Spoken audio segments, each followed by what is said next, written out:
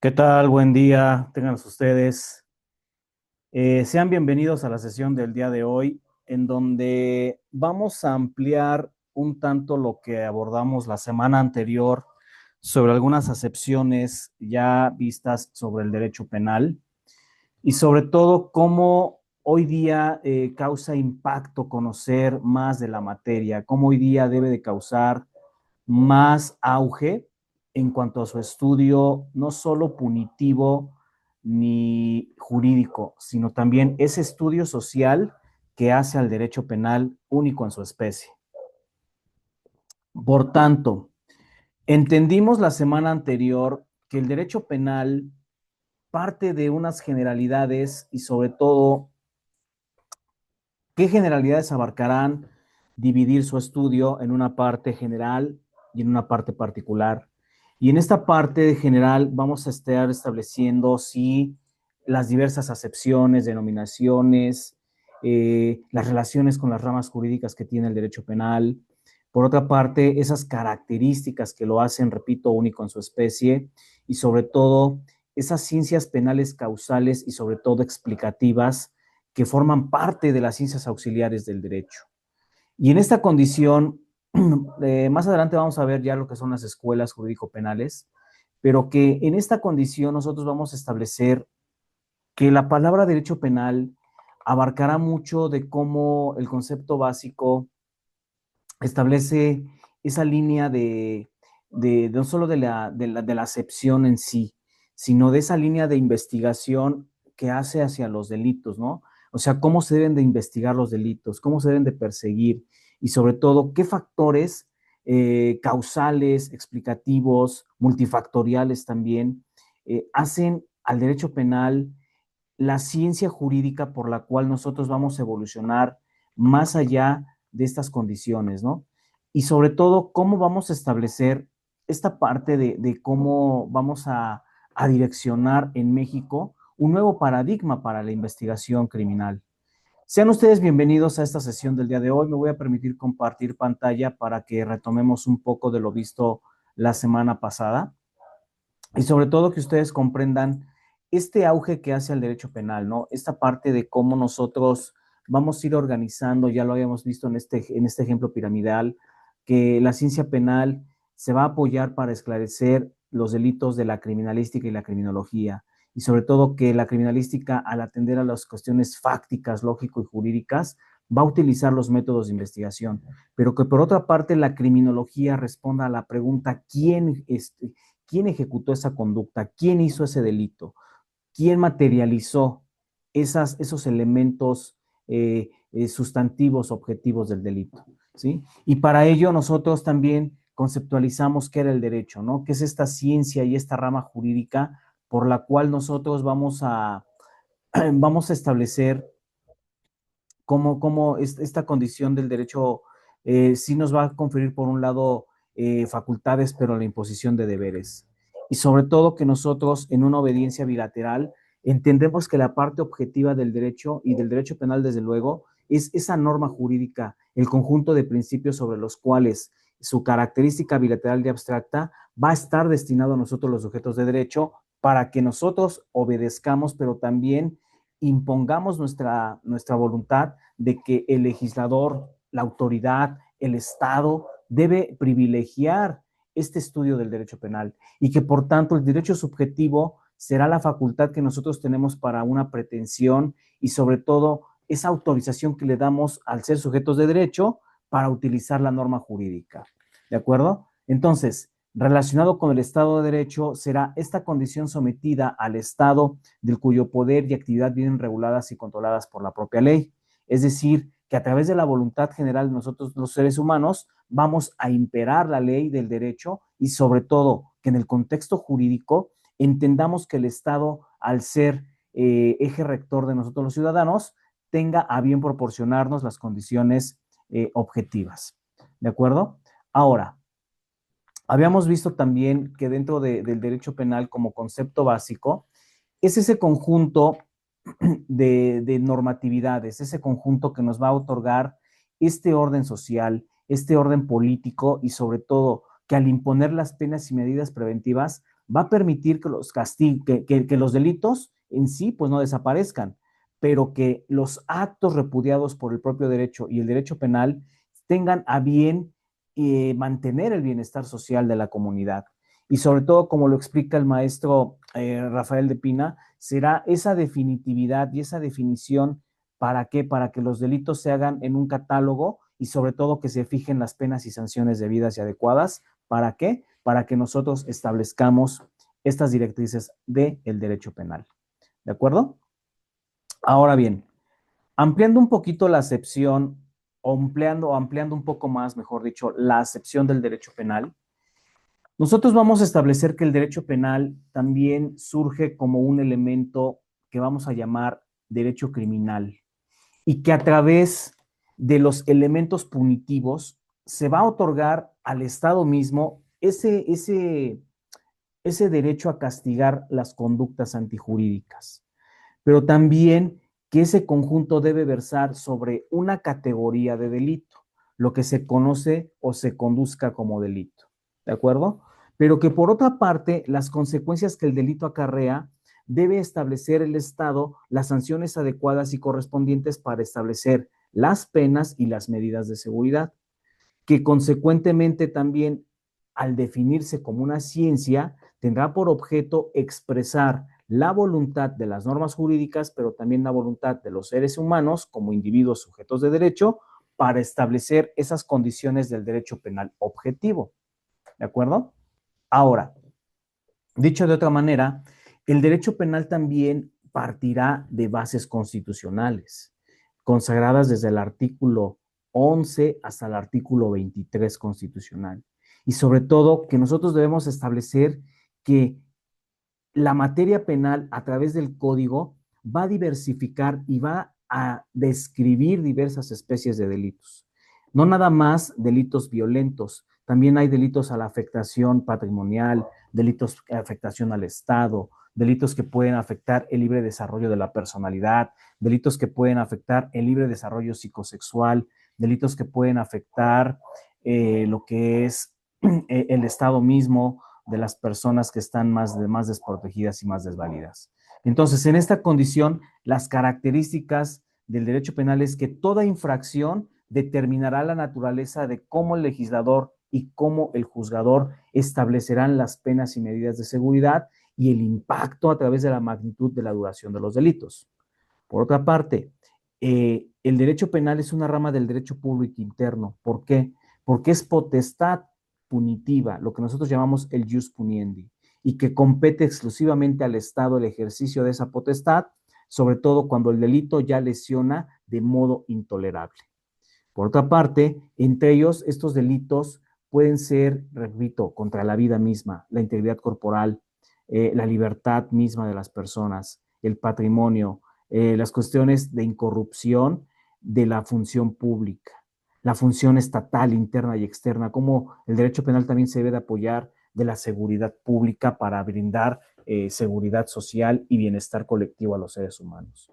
Entonces, hoy en la actualidad, estos bienes jurídicos tutelados, que más adelante vamos a ver ese concepto, se verifican a través de acciones que han sido acuñadas y adoptadas por figuras primordiales en cuanto a la figura jurídica, pero que por otro lado el derecho penal debe de ser más que una función punitiva, debe convertirse en una función preventiva y sobre todo retributiva. ¿Para qué? Para que esas víctimas que ya han sido atendidas o que ya han sufrido alguna lesión o algún delito de alto impacto sean restituidas como personas ante la sociedad, ante el mismo sistema jurídico.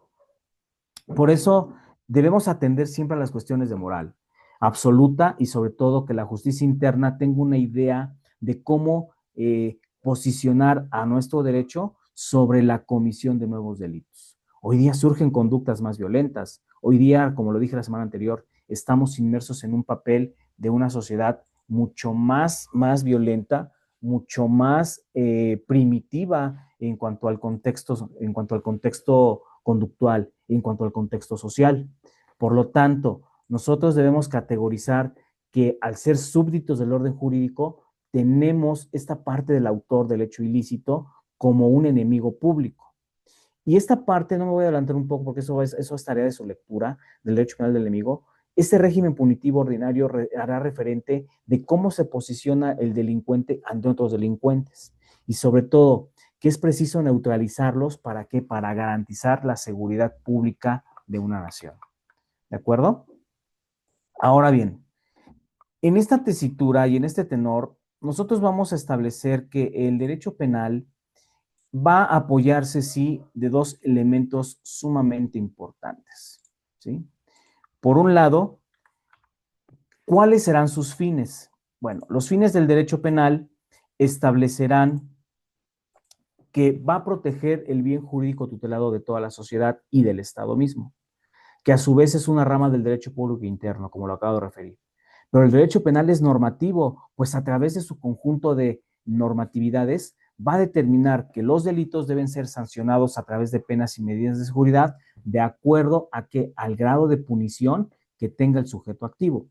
Y que por otro lado es valorativo porque va a atender a cómo los valores esenciales de los seres humanos se están direccionando en un plano social. Desde luego, el derecho penal como fin tiene esa encomienda de mantener el orden político y social. ¿De acuerdo? Ahora, refería yo en este momento el jus penali.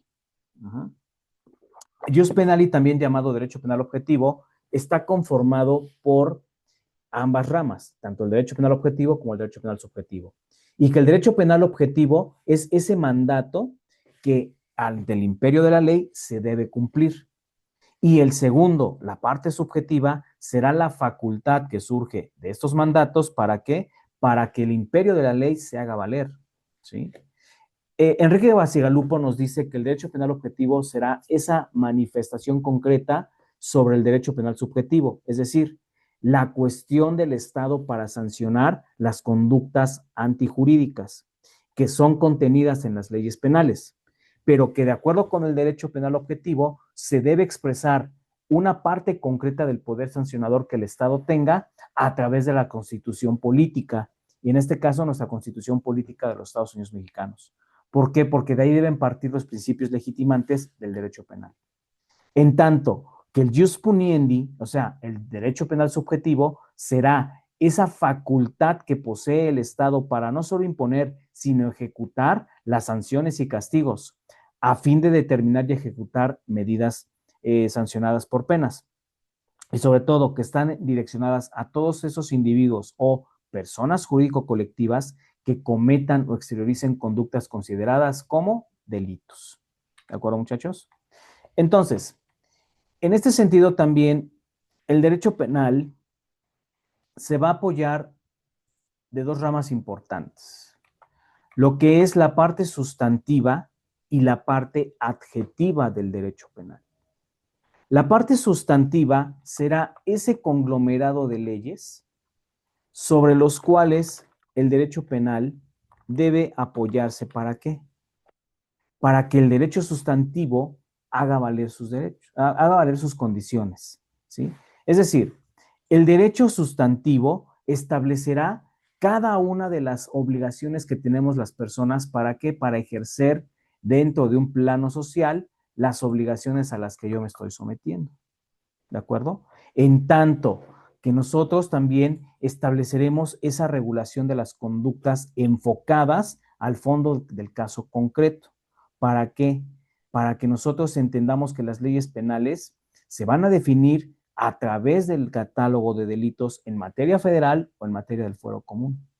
¿Sí? Entonces, en esta condición, el derecho penal sustantivo será la ejecución de las conductas establecidas en el Código Penal. ¿Para qué? Para que éstas se ocupen del estudio a los casos concretos y sean materia susceptible de ¿qué? De penas y castigos. ¿De acuerdo, muchachos? Entonces, en esta parte, un ejemplo tal cual, pues sería el bien jurídico tutelado, que es la vida. O sea, la vida es el bien jurídico tutelado mayor y de mayor punición que tiene la legislación penal. ¿Por qué? Porque la vida es invaluable, la vida es incalculable, la vida no puede comprarse así como así.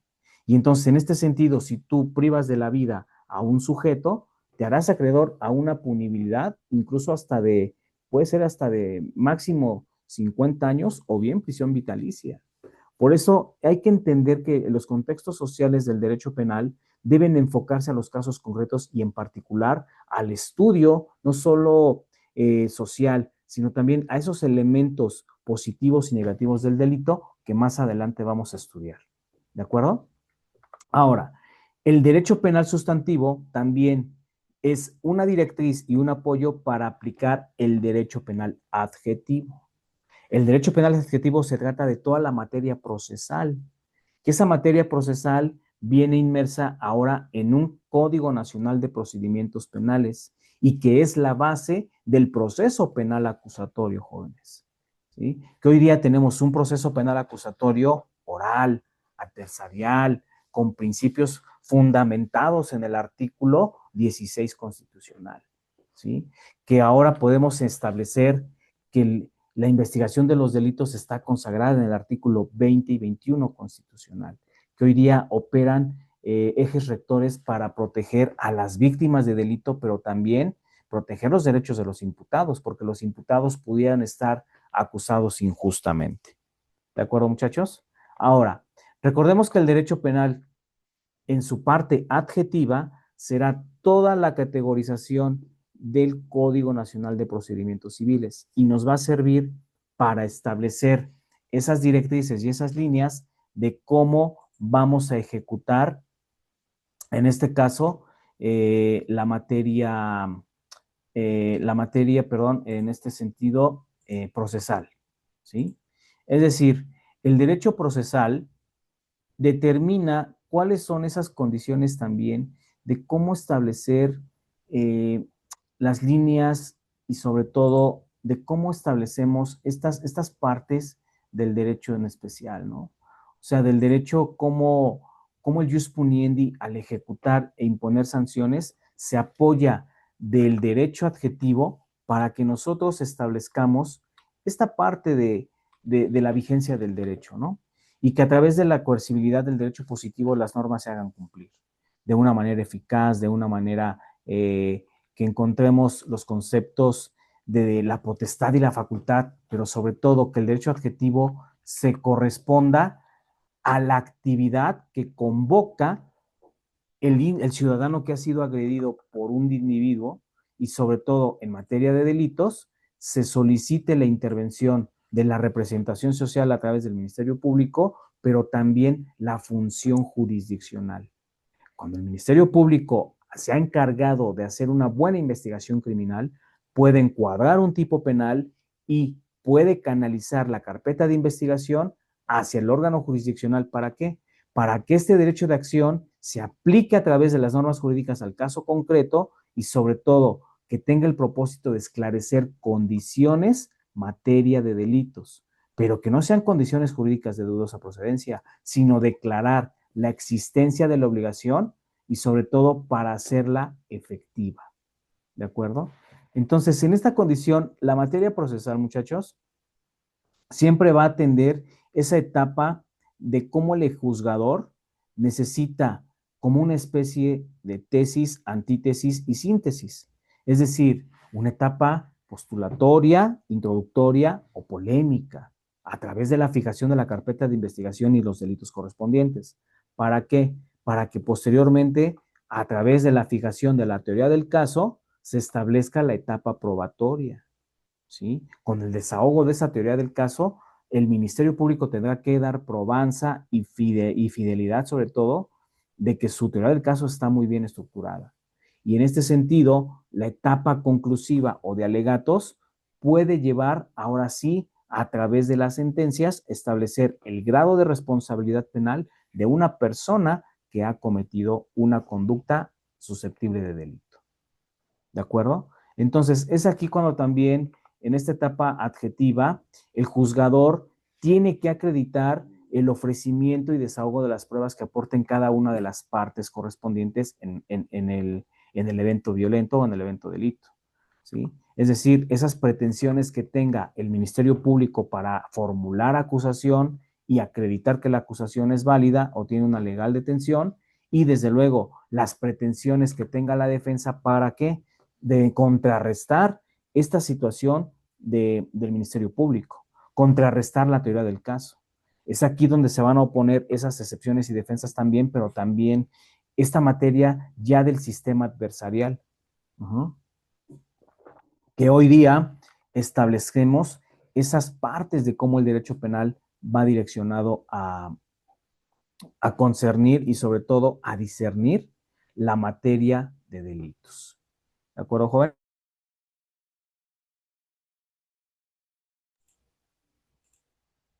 Ahora bien, desde luego que una vez pasando de la etapa polémica o introductoria a la etapa probatoria, cada una de las partes formulará sus conclusiones de manera adecuada, concreta, asertiva. ¿Para qué? Para que en un grado de mayor o menor proporción, el juzgador tome en cuenta todos los elementos esenciales que hicieron a la teoría del caso. Todos esos elementos que se discutieron a través de qué? A través de el juicio oral y adversarial. Y sobre todo, que el juez tenga elementos para una buena sentencia y sobre todo que se acredite la responsabilidad penal del sujeto imputado. O de lo contrario, que se acredite la no responsabilidad y se le otorgue la libertad inmediata y absoluta. ¿Por qué? Porque muchas veces los ministerios públicos también fallan en esta parte de la materia adjetiva. Entonces, entendamos que derecho sustantivo será per se esta condición de cómo la actividad de carácter no es procesal. En el derecho sustantivo la actividad no es procesal, es toda la materia en que se encuentran jerárquicamente establecidas las normas en México. Partiendo de la pirámide de Hans Kelsen, pues la constitución política siempre será la que esté ocupando el puntal más alto. Algunos doctrinarios, algunos juristas, algunos jueces han querido poner a la par de la constitución política a los tratados internacionales. Eso no puede suceder. Aquí solamente haré yo la precisión que los tratados internacionales puedan estar a la par de la constitución, nunca por encima, a la par de la constitución en materia de violaciones a derechos humanos. Pero en esa parte sustantiva, el derecho penal partirá de la constitución política y de los apartados o artículos 13 al 23 constitucional. ¿Para qué? Para establecer ese carácter de la norma jurídica. ¿Sí? Y entonces, correlacionado con la materia procesal, se estará ahora sí en la posición de esclarecer la situación jurídica, la controversia o en este caso la contienda procesal que establezcan una parte, el Ministerio Público representando a la parte de la víctima o de la parte acusadora y la defensa, que en este caso será quien aporte los elementos necesarios al caso concreto. ¿Para qué? Para ejecutar en este sentido la inocencia del imputado. En síntesis, el derecho adjetivo será esa provocación a través de la actividad, facultad que otorga el derecho de invocar al órgano jurisdiccional. Y sobre todo que se conoce como el derecho de acción. ¿Por qué? Porque las normas se van a aplicar a casos muy concretos con el propósito de esclarecer condiciones de dudosa condición, de dudosa procedencia, no de dudosa procedencia, sino condiciones en donde nosotros establezcamos que realmente a quién le atiende la razón y sobre todo que la obligación del juzgador es hacer efectivo ese derecho de acción. ¿De acuerdo, muchachos? Ahora bien, nosotros estamos estableciendo que dentro del concepto de derecho penal se va a valer también de esta condición de la simbolidad o la simbología. ¿Cómo identificar las normas jurídico-penales para calmar o clamar las demandas de seguridad jurídica de la población? Las demandas que tenga esta parte de los simbolismos atribuidos al derecho punitivo, porque la prevención debería ser la materia principal en una condición de control social, ¿sí?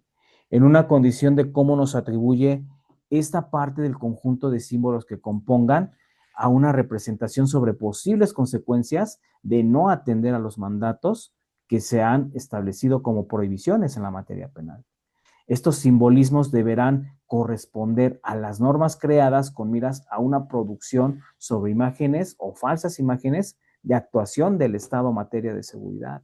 Y principalmente que esa realidad tenga que ser sobre el sistema jurídico mexicano calificadas como muy mesuradas a casos punibles.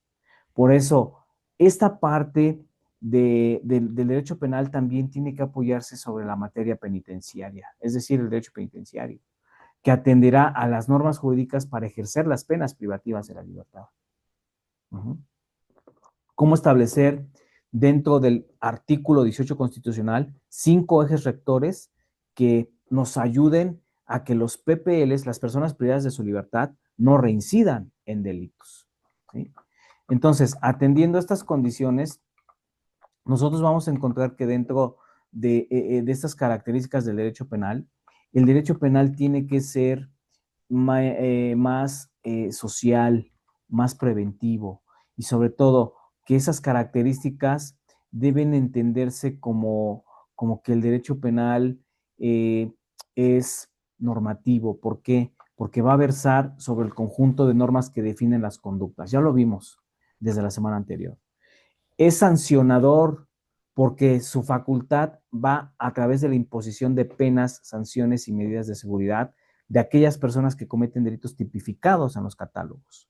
Es público porque aquí como cultura jurídica y general, el Ministerio Público representa a la sociedad y el Ministerio Público pertenece a una entidad que se llama Fiscalía General de Justicia. Ya sea en materia federal o en materia del fuero común, se encargarán en el ámbito de sus competencias de perseguir e investigar esos delitos cometidos en agravio de la nación o en agravio de particulares. Por eso el Ministerio Público pertenece al Poder Ejecutivo Federal y al Poder Ejecutivo local o estatal. ¿Por qué? Porque su función, al ser una Secretaría de Estado, es que dentro de la Administración Pública Federal brinde protección y garantías de seguridad jurídica, garantías de seguridad en materia penal. ¿Para qué? Para que el Estado, a través de la coercitividad, que es otra de las características del derecho penal, establezca la facultad de aplicar la fuerza pública ilegítima para hacer cumplir las normas y sanciones. Por eso es que existen los cuerpos de seguridad pública. Por eso es que la policía de investigación se encarga de perseguir esos delitos que se han cometido y sobre todo en establecer esta línea entre la victimología, entre lo que es la criminología y desde luego lo que es la penología. ¿Para qué? Para que se considere ese dinamismo evolutivo que hace al derecho penal y sobre todo dar respuesta a las nuevas criminalidades que nos están aquejando hoy día. ¿Para qué? Para que la necesidad social que tenga el ser humano sea cubierta en su totalidad. Hoy día, en la última ratio, se considera que la última ratio debe ser el empleo de otros medios jurídicos y, sobre todo, que sean suficientes para proteger los bienes jurídicos tutelados que hacen a la sociedad en una nación como México. Ahora, el derecho penal también es preventivo y represivo, desde luego. Pero yo aquí buscaría más la condición de prevenir delitos en un futuro y sobre todo al establecer ya la represión de los delitos, este se va a encargar de ya sancionar y castigar los delitos ya cometidos. ¿De acuerdo? Pero en esta condición, el derecho penal también tiene que ser más preventivo. ¿Por qué? Porque no hay que llegar, ahora sí como dice el dicho, ¿no? Ahogado el niño, ¿para qué tapamos el pozo? Nosotros necesitamos establecer políticas públicas a través del eje política criminal para que nosotros busquemos una mejor armonización de la sociedad. Busquemos cómo reducir la tasa de delitos hasta el grado, no de erradicarlos, pero sí al grado de controlarlos, tener controlado esta condición del efecto delincuencial y sobre todo que el derecho penal, al ser personalísimo, las sanciones van a recaer directamente sobre la persona que causó el daño, que cometió el delito y sobre todo que la pena no puede ser trasladada a través de los herederos de esa persona que ha cometido el delito. Desgraciada o afortunadamente, cuando un delincuente fallece durante un proceso judicial, pues ahí se sobresella la causa y se extingue el elemento de procedibilidad en materia penal. Entonces, quizá los herederos pudieran trasladar, sí, esa parte de la reparación del daño como una medida patrimonial de sanción para aquellas personas que infringieron la ley en su momento. Ahora bien, en esta parte nosotros vamos a establecer que el derecho penal, dentro de su categorización en cuanto a la relación de las normas jurídicas, se va a relacionar con varias normas. O sea, el derecho penal es público porque tiene autonomía y normatividad específicas. Por eso, repito, lo hace único en su especie. Pero también se va a vincular con más ramas del derecho, sobre todo porque están intrínsecamente relacionadas con el Estado de Derecho. Y sobre todo que el derecho penal se desprende también de la Administración Pública Federal, porque al ser funcionarios públicos quienes se encargan de la percibilidad de los delitos, se debe vincular con elementos quizá procesales, laborales, constitucionales, internacional público, desde luego, y en el carácter de los delitos de particulares o entre particulares con el derecho civil, el derecho mercantil, sin dejar de lado el aspecto social, como lo es el ámbito laboral, porque recuerden que también en las empresas y en los centros educativos se pueden cometer delitos. Ahora bien, dentro de la vinculación que tiene el derecho penal con la materia del derecho internacional, recordemos que pueden surgir temas a la ley penal en diferentes entidades. Esto lo vamos a ampliar más cuando veamos el tema de ámbitos de la ley penal. Y que en este caso también los delitos es importante que haya una cooperación entre naciones. ¿Por qué? Porque nosotros vamos ligando cada vez más destinos en donde los hombres y los pueblos están más cercanos en el ámbito material y espiritual. Sin embargo, hoy día las vías de comunicación son más rápidas, puedes llegar más frecuentemente y más fácil a otros destinos internacionales, no nada más a los destinos nacionales, sino también a los destinos internacionales. Por eso el derecho internacional puede corregir sesgos de la norma interna de un país, cuando esta norma interna ya no está siendo garante a la materia constitucional y sobre todo los países que como México están adheridos a pactos internacionales en materia de derechos humanos. Por eso la existencia de esta persecución internacional atenderá a que nadie quede impune y fuera de la ley. Entonces, ese interés de los estados en la lucha contra la criminalidad tiene que dar auge a la firma de contratos internacionales, es decir, derecho de tratados, para que se reflejen en la normatividad interna y externa de cada una de las delegaciones, como por ejemplo sancionar delitos de lesa humanidad, como son el genocidio, o esta cooperación internacional entre países a través de los tratados de extradición, cuando haya personas que se hayan sustraído de la acción de la justicia en un país y puedan ser requeridos por ese país a través del derecho de tratados para que este individuo pague en su comunidad, pague en su lugar de origen las sanciones correspondientes por las conductas antijurídicas que haya cometido. ¿De acuerdo?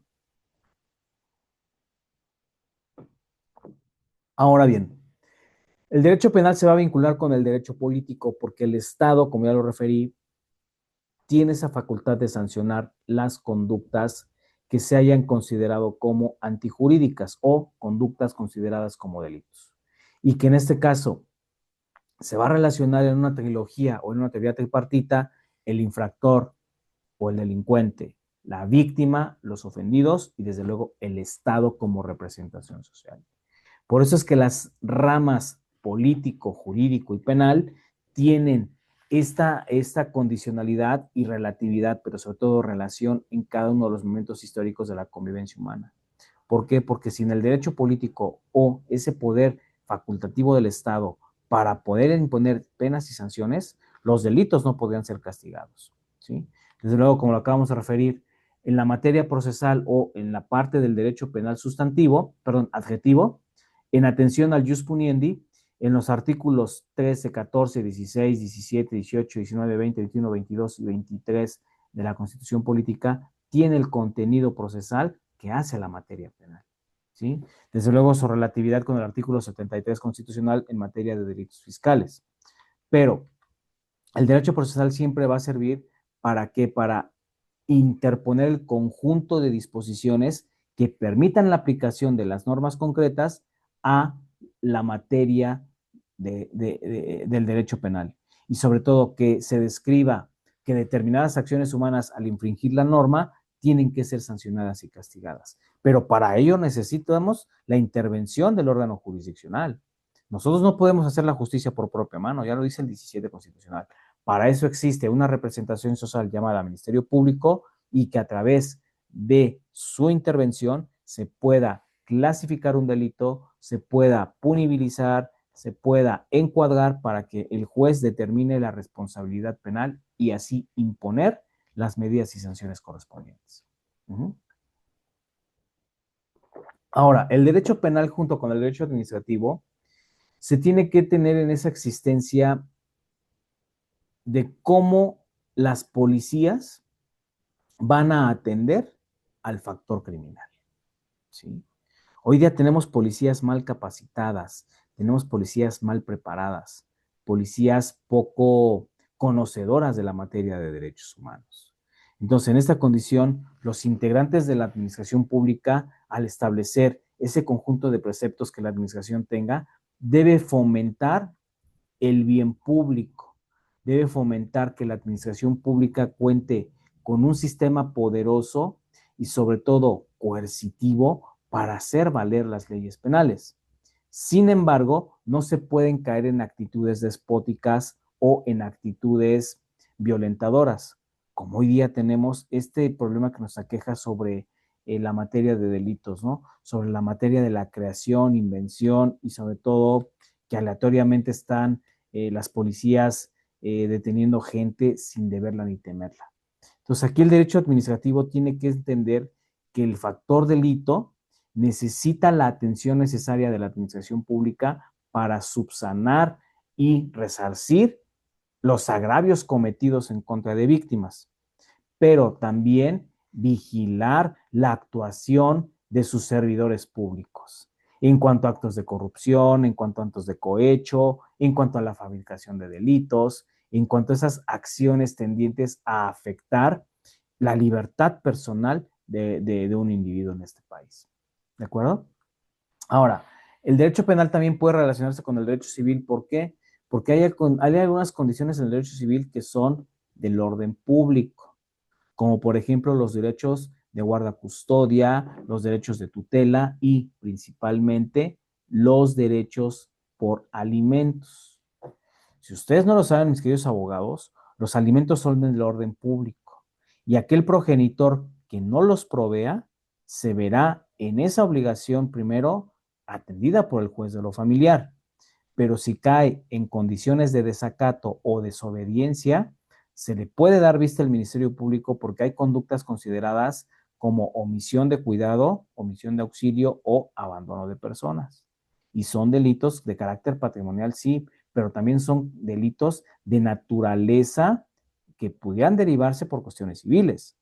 Sin embargo, muchas veces observamos que el derecho civil tiene ciertas ambigüedades al cumplir los códigos penales, pero una vez concatenadas estas dos ramas, pudieran ser ejes importantes para poder empezar a ejercitar la acción penal para aquellas personas desobligadas.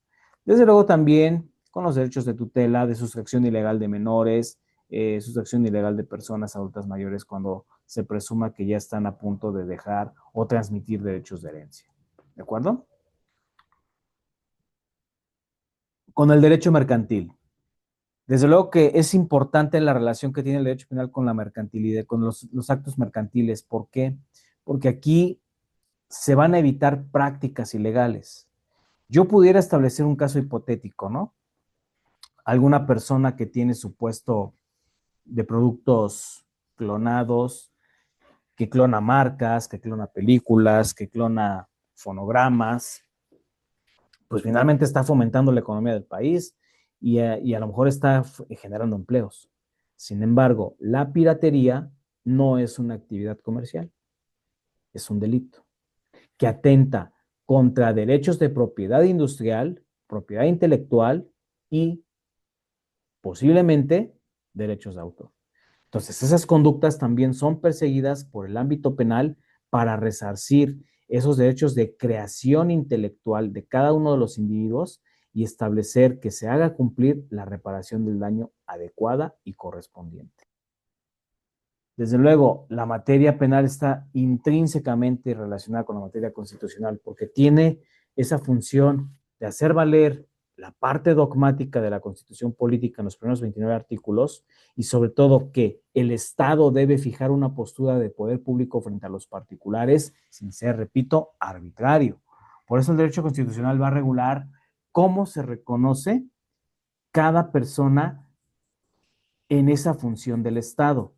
Y como Estado libre y soberano, la Constitución, al ser todo ordenamiento jurídico, se debe hallar conformada en esa parte de permanencia y estabilidad sobre los ordenamientos jurídicos en un conjunto social, en una teoría bipartita entre el Estado y los particulares, pero que de acuerdo con la codificación sustantiva y las leyes penales especiales que existen ya, se deben desarrollar principios que refiere a la Constitución. ¿Para qué? Para que sean incuestionables, para que en esta órbita de acción, en la naturaleza de las competencias y se supriman las barreras jurisdiccionales que marcan las vertientes del derecho penal. ¿Por qué? Porque el derecho penal tiene que atender siempre a los principios constitucionales consagrados en los derechos humanos y en las garantías individuales que hacen al sistema jurídico mexicano. Desde luego que el derecho penal puede tener una parte comparada, ¿no? Porque va a contemplar el cúmulo de instituciones jurídicas, pero la utilidad del derecho penal es también enriquecer a través de otros sistemas jurídicos cómo se aplican las medidas y las penas de seguridad, por ejemplo, en países afines a México. Recordemos que nuestro derecho parte del derecho romano. Sin embargo, en el common law inglés hay diferentes y diversas formas de aplicar la normatividad en materia penal. Por eso, del derecho comparado tiene que estar en un sentido eh, homologado, porque en sí, la referencia de otros sistemas jurídicos, el derecho penal es implementado por el Estado, siempre ha sido implementado por el Estado, ¿sí? Y desde luego que al crearlo nos da elementos a los que nos dedicamos a la materia jurídica de sancionarlo y sobre todo aplicarlo en una ramificación de cómo el derecho penal también se va a concatenar con condiciones de derecho financiero, del derecho penal económico y el derecho fiscal. ¿Por qué? Porque si tú infringes la materia fiscal, el Estado te va a requerir. Y ahí tenemos el caso de España, ¿no? Con ciertas figuras de la vida pública. ¿No? Cierta cantante que evadió impuestos durante varios años que su contador no declaró y sobre todo que al divorciarse de X futbolista, pues fue requerida por el fisco. Y eso es algo que en México también sucede. Si tú incumples con el fisco, obviamente va a establecer esa categoría de que puedas y que debas pagar tus impuestos. Uh-huh. Esto tiene que ver con el artículo 73 constitucional en su fracción 37, me parece ser. Y sobre todo, que dentro del derecho penal financiero, las operaciones de la banca pública, de la ley fiscal, del presupuesto de egresos de la federación, de la ley de ingresos, se mantenga la rectoría económica del Estado adecuadamente. Que en la relatividad del derecho económico y fiscal, nosotros establecemos que la Secretaría de Hacienda y Crédito Público se va a encargar de recaudar los dineros, pero que si se desatienden ese cumplimiento a las obligaciones fiscales, puedes establecer la materia penal para hacer cumplir a ese contribuyente moroso y desde luego, si hay una evasiva más grave, pues que pague con sanción penal su incumplimiento. Incluso en este sentido, puede haber embargos, puede haber también penas pecuniarias ya establecidas por los jueces penales. En la materia laboral, pues obviamente tenemos su codificación adjetiva inmersa en la propia Ley Federal del Trabajo.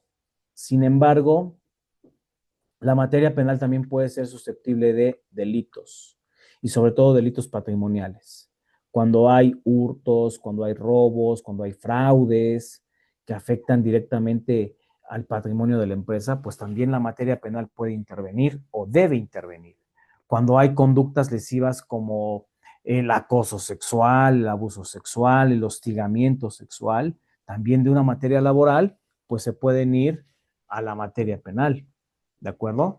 Y sobre todo, que dentro del derecho corporativo, establecemos que los delitos pueden ser cometidos por personas muy bien preparadas, malversación de fondos, lavado de dinero, y sobre todo que en esta condición de relatividad del derecho penal corporativo, nosotros siempre debemos establecer condiciones con los abogados y sobre todo con el Consejo de Administración para prevenir esas conductas. Es aquí donde la criminología corporativa hace su aparición. ¿Para qué? Para que a través del compliance corporativo se eviten ese tipo de conductas y se puedan prevenir esos elementos.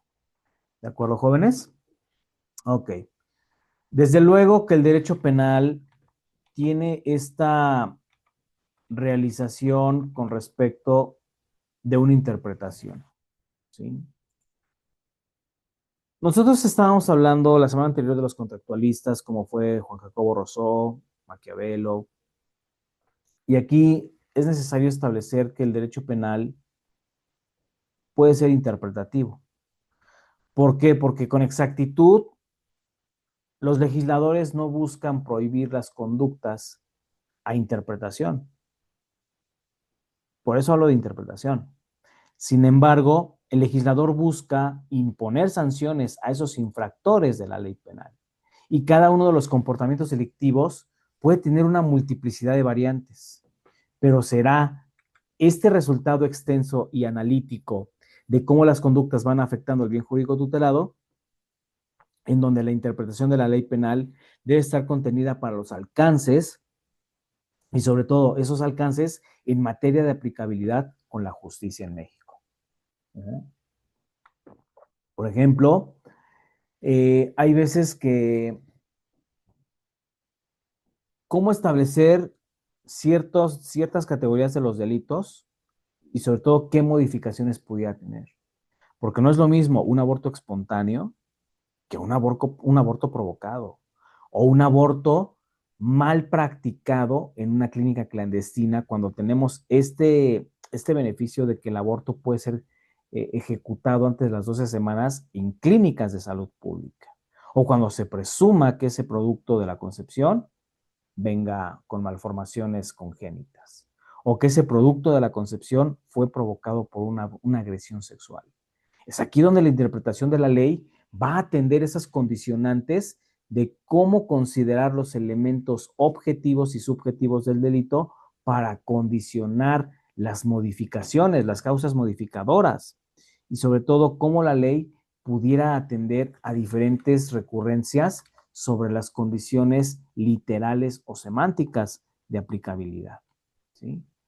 Con la parte de la interpretación de la ley, pues obviamente viene esta condición legislativa, porque el legislador penal tiene que dar testimonio de que sus leyes van a pretender resolver conductas, resolver conflictos, de los cuales el legislador y desde luego el Poder Judicial tienen que atender para encontrar esas directrices de cómo los debates y la exposición de motivos en leyes penales deban ser relacionadas a la satisfacción de la seguridad jurídica en México, de la seguridad pública de los ciudadanos que habitamos este país.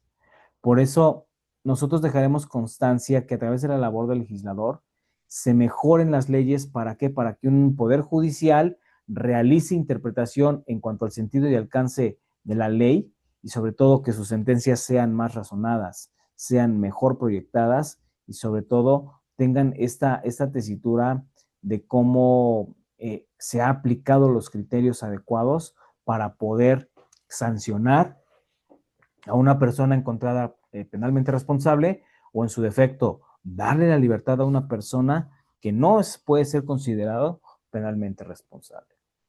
No hay que dejar de lado la cuestión doctrinal, muchachos. ¿Por qué?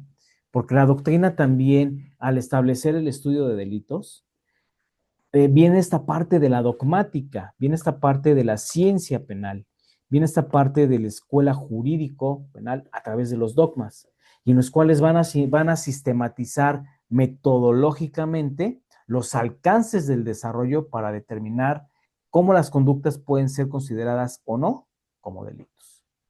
Desde luego, el caso más expuesto es la teoría del delito, ¿no? En cuanto a sus elementos normativos subjetivos y sobre todo positivos y negativos. Cómo la adopción quizá de otros sistemas en cuanto a la metodología guiada puede determinar ciertas corrientes político-filosóficos, pero aplicados al ámbito criminal deben conllevar en forma distinta las soluciones para no caer en contradicciones, sobre todo en los casos concretos de la materia penal. Uh-huh. Es aquí donde nosotros vamos a hacer un análisis jerárquica del sistema jurídico. ¿Por qué primero debo atender a mi constitución política? Porque en esta parte el precepto constituye la supremacía constitucional de acuerdo con el 133 y sobre todo que en esta parte su deber es coordinar a las demás normas jurídicas en un grado de superioridad y sobre todo contravenir esta parte de cómo el derecho penal tiene que atender de manera interpretativa, jurídica, razonada, la infracción a la norma penal. ¿De acuerdo, muchachos?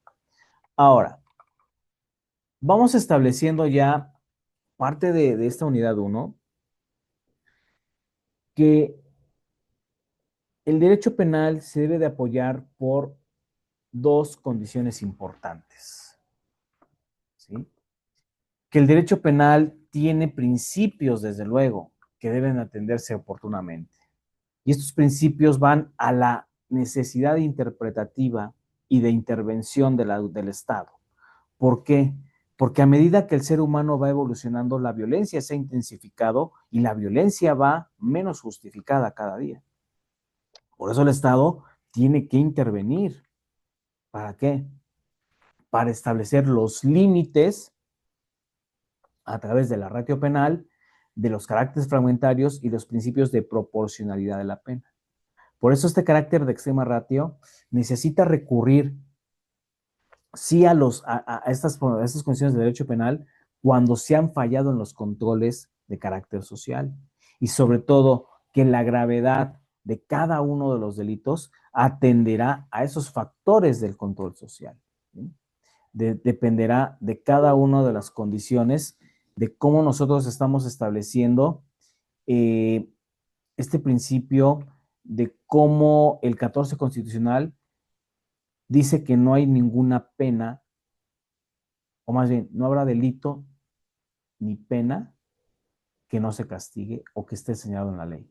El principio de nullum crimen nullum poena sine lege, es decir, no habrá delito que la ley señale que no quede sin pena.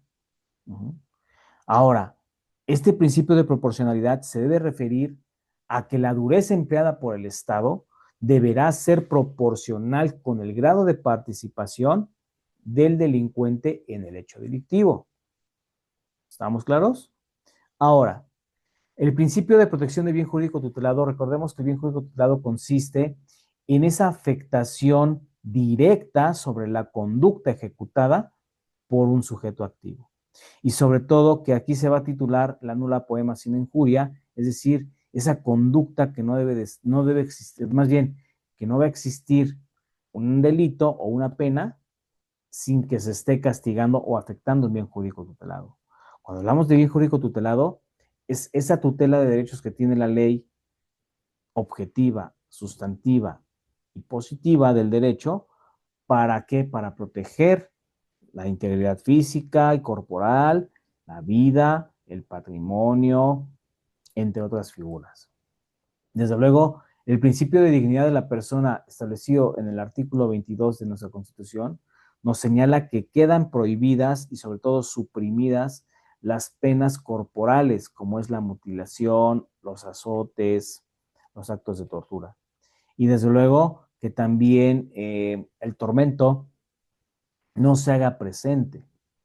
Sin embargo, pareciera que estamos en el mundo del revés, ¿no? Y que cada día siguen posicionándose más esas conductas. Obviamente, en esta categorización del principio de dignidad de las personas, el Estado no puede afectar físicamente a una persona que esté detenida por cometer sí, que se presuma haya cometido un delito. Y en esta parte, el valor real de la protección es que se deba atender a respetar la autonomía de toda persona y sobre todo la libertad de conducirse con la moral ¿Para qué? Para que ya no se sigan cometiendo actos ilícitos. Obviamente, el Estado de Derecho debe establecer la estructura bajo el imperio de la ley, que dentro del principio de legalidad se establezca que el delito es una afectación al orden público y por lo tanto la ley penal tendrá que hacerse cargo de esa afectación. Que de acuerdo al principio de reserva de ley debe haber una concentración legislativa. ¿Para qué? Para que el derecho penal sea revisado periódicamente y por el legislador se hagan reformas o se adicionen nuevas leyes a este catálogo.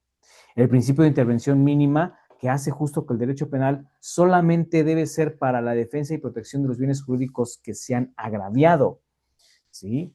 Que el abuso traerá como consecuencia un desequilibrio social, pero que magnificando el escenario llamaríamos algo como terror penal. Esto no puede suceder en México, principalmente porque México es un país que está metido en derechos humanos.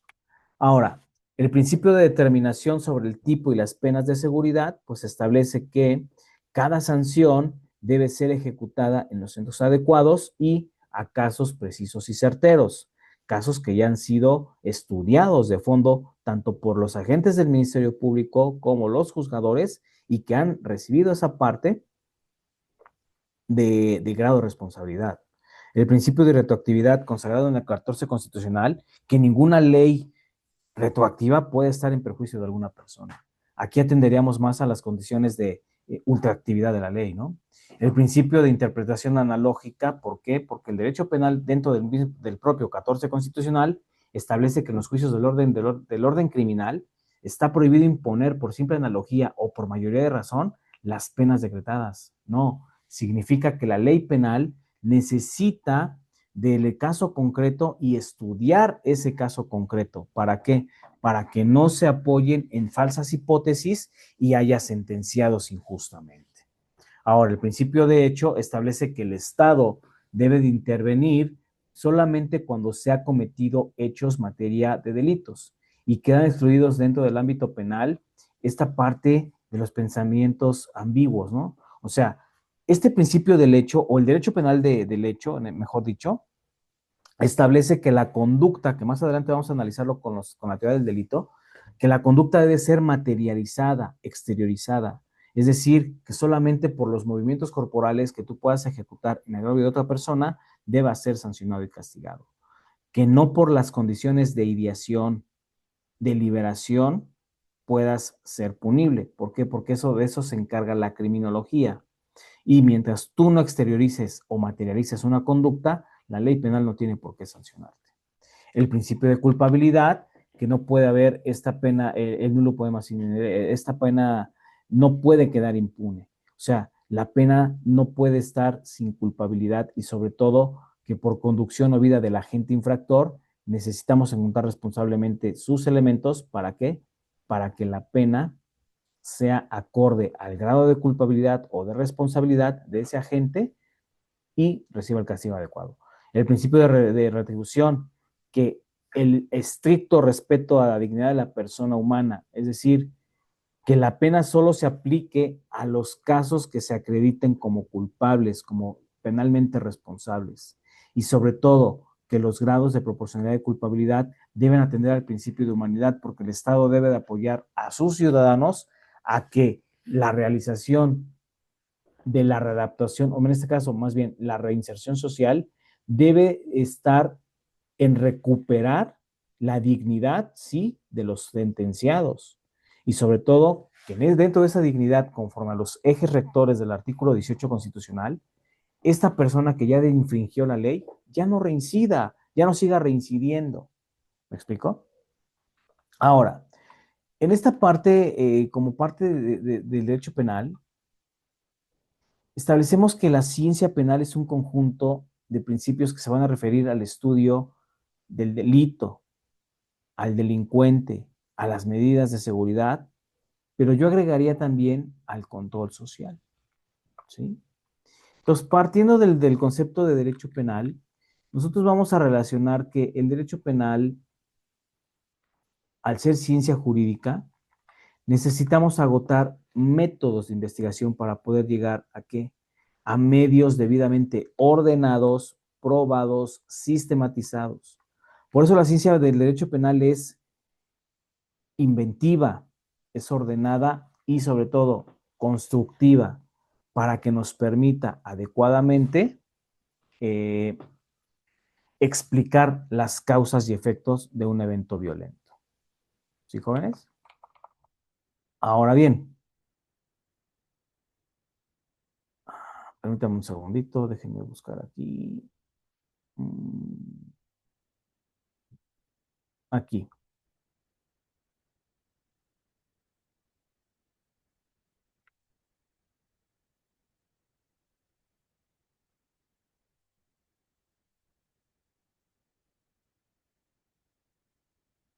Vamos a meternos un poquito ya al estudio de cómo el derecho penal, al ser científico,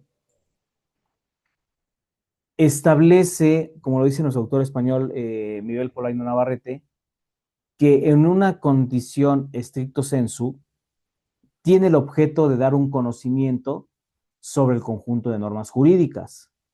Sin embargo, la ciencia del derecho penal debe operar a través de los métodos, materia, objeto de estudio.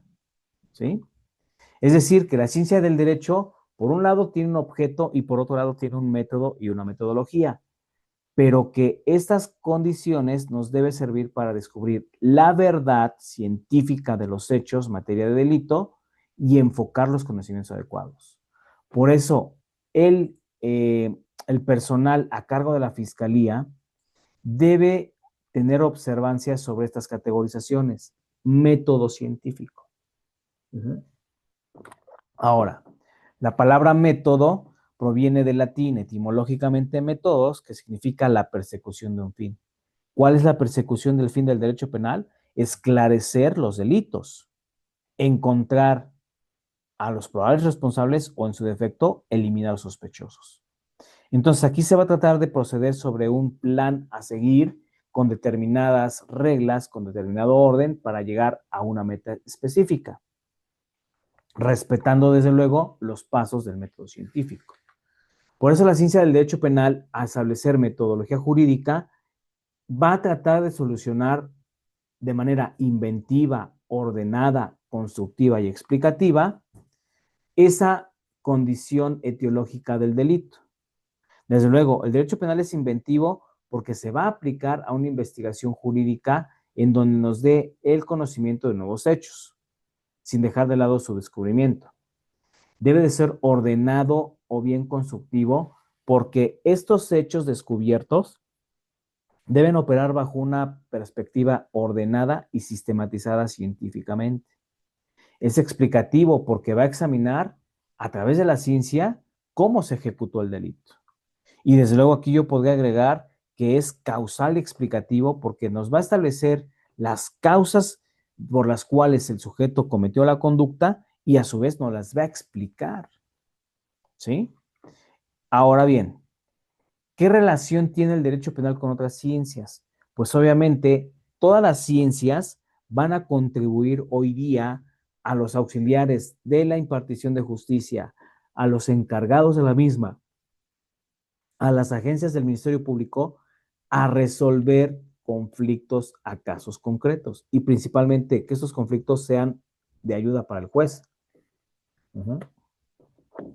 Es aquí donde nosotros vamos a establecer el nacimiento del conocimiento científico, pero con el apoyo de las llamadas ciencias penales, que se van a identificar como el conjunto de disciplinas científicas con una naturaleza filosófica, jurídica, causal explicativa, a objeto de hacer estudio del delito, del delincuente y principalmente el apego a las penas y medidas de seguridad. ¿De acuerdo? Ahora, en esta parte, las ciencias penales pueden dividirse en dos grupos. Por un lado, las normativas o jurídicas y por otra parte, las causales explicativas. Dentro de las normativas o jurídicas se van a estudiar a la pena como fenómeno jurídico y las causales explicativas se van a ocupar sobre los hechos fácticos que han suscitado en la vida del hombre y de la sociedad. Por eso, el derecho penal se va a valer de la criminología como una ciencia sintética, causal explicativa, de carácter natural y sobre todo que va a atender a las cuestiones a las cuestiones culturales sobre los fenómenos del ámbito criminal. Es aquí donde van a surgir dos ramas importantes que las vamos a categorizar como ciencias penales. Y se van a dividir en dos grupos, que por un lado, en el grupo 1, vamos a conocerlas como las ciencias jurídicas penales de carácter fundamental, que van a estar ligadas principalmente a la criminología, entre las que se van a apoyar el área de la criminología, de la sociología, la antropología, la biología y la psicología criminal. En el segundo grupo vamos a ubicar a las ciencias penales auxiliares que dan ese vinculatorio con la criminalística y van a servir para el derecho penal a resolver problemas a casos concretos de aplicación de campo, como lo es la propia criminalística, la criminalística de campo, la criminalística de gabinete, que con ramas como lo es la medicina legal, la medicina forense, la psiquiatría forense, la toxicología, la química, la patología, la tanatología y la hematología, van a explicar las causas fácticas y sobre todo analíticas del delito violento. Y no nada más del delito violento, cualquier delito. Ahora, aquí es donde surgen las escuelas jurídico-penales, pero desde el ámbito de las ciencias penales. ¿Por qué? Porque al dividirse en estas dos ramas que se ocupen del estudio del delito, la sociología criminal se va a encargar sobre lo referente al delincuente y la antropología criminal, biología criminal y psicología criminal van a dar más soporte a qué? A estas hipótesis que surjan de la criminología. Por eso es que la criminología se va a entender como el conjunto de ciencias penales fundamentales, pero sobre el estudio de los factores endógenos y exógenos que producen en el delincuente la causa de por qué nace el delito, por qué se produce el delito, pero también va a dar explicación a aquellas causas o agentes que originen el factor criminalidad. Desde luego, tiene significado etimológico la parte crimen criminis, que va a ser relativo a lo antisocial, y el logos, que significa el tratado. Es decir, la criminología es el estudio de la conducta antisocial de el delincuente. Desde luego que con apoyo de la sociología criminal, esta se va a encargar de estudiar el comportamiento y las relaciones del ser humano en una sociedad en general. ¿Por qué? Porque el delincuente puede tener vínculos con la colectividad, pero también atender a causas y factores que le propicien delinquir. Algunos pensadores como César Lombroso, al estudiar los cráneos, decía que el hombre cuenta con aspectos psíquicos, anatómicos y patológicos de los cuales pueden ser condicionantes. ¿Para qué? Para cometer delitos.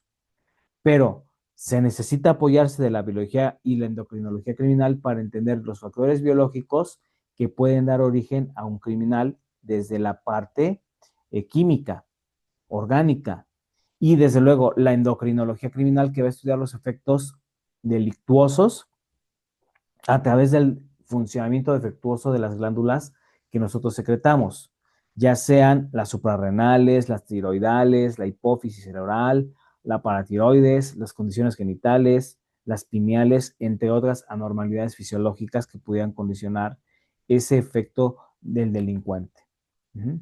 Obviamente, para poder comprender estas disciplinas, yo necesito conocer qué son las glándulas endocrinas y las glándulas exócrinas. Es decir, las glándulas endocrinas son las que estoy secretando internamente, como por ejemplo, todo lo que transita por el torrente sanguíneo o por la materia químico-celular. Y las glándulas exócrinas, que son esas condiciones de secreción externa sobre las cuales yo voy a excretar saliva, ácidos gástricos, el sudor o las lágrimas. Por tanto, el derecho penal también se va a encargar de la psicología criminal como parte de enfocar los caracteres psicológicos. Y sobre todo, que esta ciencia se encargue del estudio de la psique, de la mente del hombre que delinque, aunque también del self. Ajá.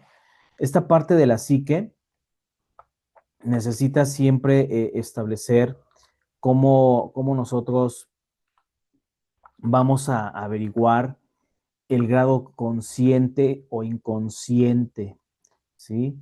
De quién, de ese individuo. Aquí no es psique, aquí es mente, no es alma, perdón, esto es mente, ¿sí? Aquí la mente del delincuente tiene que operar bajo esta perspectiva del desarrollo sobre un proceso psicológico del delito. También se encarga de estudiar las actitudes, aptitudes y los procesos mentales, pero también del estudio de la motivación a través de los elementos de personalidad, cómo operan tus pulsiones, cómo estás abocado a lo que es los grupos sociales o antisociales.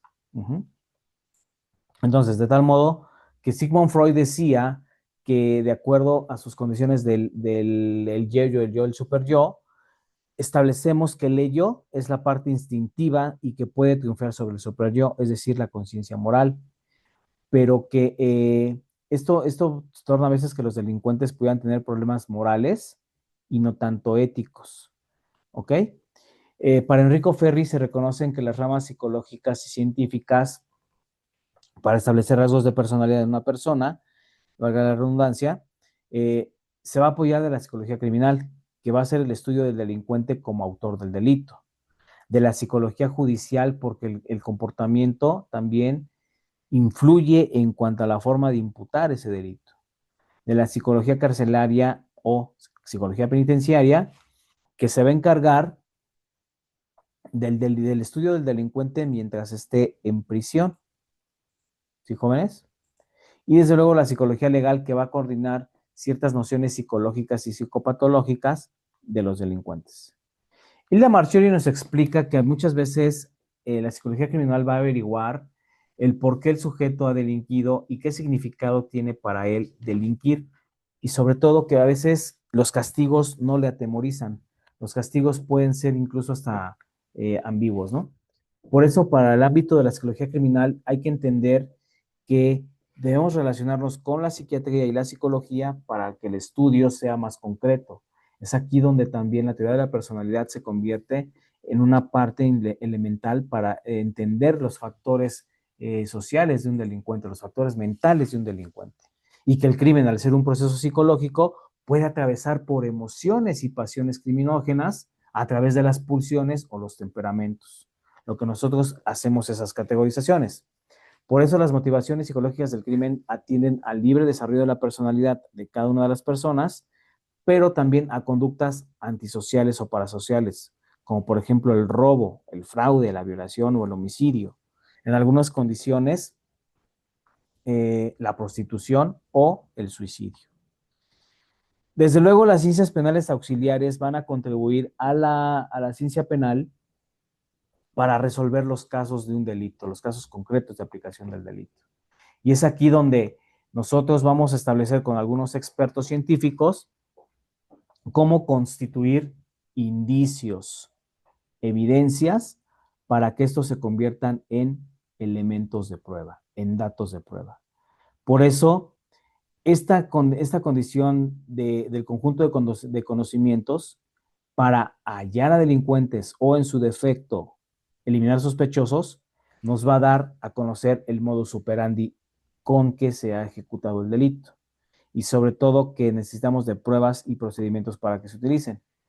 Es aquí donde también las disciplinas de las ciencias auxiliares, como es la toxicología forense, va a estudiar esas sustancias que dañan al ser humano. La química forense se va a encargar de estudiar la composición y estructura de las sustancias, las propiedades y algunas transformaciones que surgen con algunos agentes externos, sobre todo en cadáveres, como son ya el calor, la luz o la electricidad. La patología forense se va a encargar del estudio de enfermedades. La tanatología forense, perdón, que se va a encargar de los procesos físico-químicos que suceden a través de qué? De los fenómenos cadavéricos, lo que nosotros criminalistas llamamos fenómenos cadavéricos. La hematología forense se va a encargar de las características sobre manchas que se presuman hemáticas, tanto en animales como en hombres, porque muchas veces se pueden confundir manchas rojas por sangre y resulta que esas manchas rojas pueden ser de bolígrafos o bien de marcadores.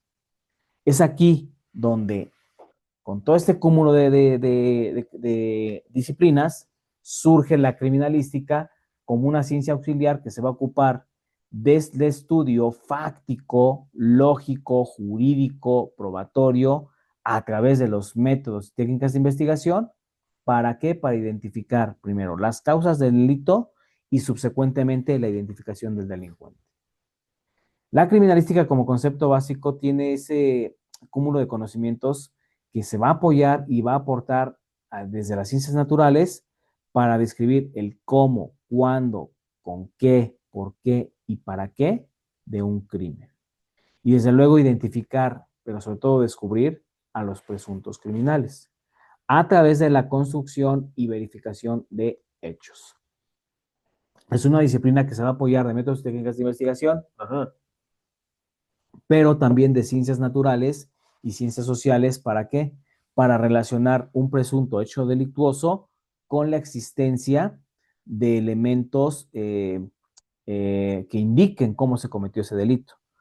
Tanto la criminología como la criminalística son ciencias auxiliares del derecho penal para relacionar con los órganos encargados de impartir y administrar la justicia los elementos que han hecho por un delito.